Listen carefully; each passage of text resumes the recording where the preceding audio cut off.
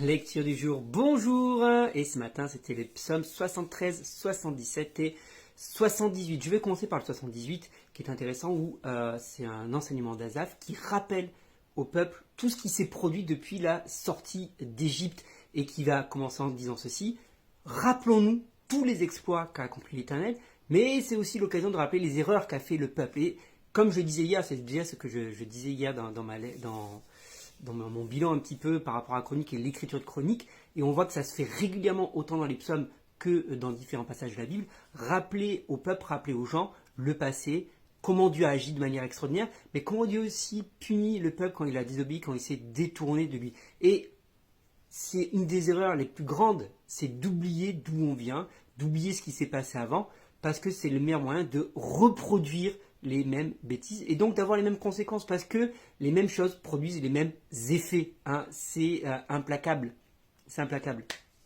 Donc, il est bon, de se rappeler pour éviter de faire les mêmes erreurs, mais aussi pour se rappeler comment Dieu a agi. Et c'était aussi le but de ce psaume 78, c'est de rappeler la grandeur de Dieu, rappeler la puissance de Dieu. Moi, j'avais un chant quand j'étais gamin qui disait « Compte les bienfaits de Dieu, mets-les tous devant tes yeux, tu verras », etc.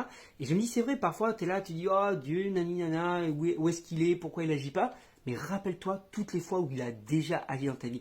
Combien de fois, à quelle puissance il a manifesté dans ta vie. C'est important de s'en rappeler. Et c'est aussi l'objet du psaume 67, juste avant je fais rétropédalage, où le psalmiste va dire, mais justement, pourquoi Dieu n'agit plus comme il agissait avant? Et là il se rappelle comment Dieu a agi, il dit, mais Dieu est extraordinaire, Dieu est grand, Dieu est bon.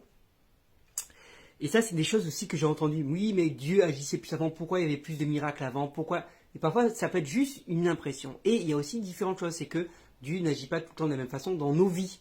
Hein, et ça ne veut pas dire qu'il n'agit plus du tout de manière globale. Et on dit oui, il y avait plus de miracles avant, mais il y a toujours autant de miracles aujourd'hui. Hein. Quand tu traînes un peu sur la toile, tu t'aperçois que si tu cherches des gens qui vivent des miracles encore aujourd'hui, il y en a énormément. Peut-être que toi, tu en vis moins personnellement, peut-être parce que tu n'as plus besoin d'autant de miracles aussi dans ta vie. Hein, et Dieu agit aussi en fonction de nos besoins. On n'a pas systématiquement besoin du miraculeux. Mais quand tu regardes ta vie, c'est déjà un miracle tout court. Chaque matin est un miracle.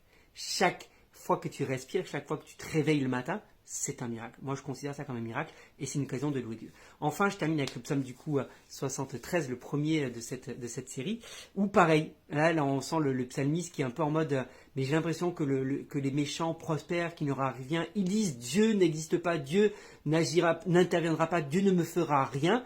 Mais il dit, quand je viens dans ton temple, et j'ai beaucoup aimé ce psaume-là, parce que il a une impression, il a une sensation, mais c'est quand il vient au cœur de la présence de Dieu, que là il réalise les choses, que là il prend conscience de comment Dieu agit, de ce que Dieu veut faire réellement et puissamment, et quel est le sort qui attend ces gens-là aussi.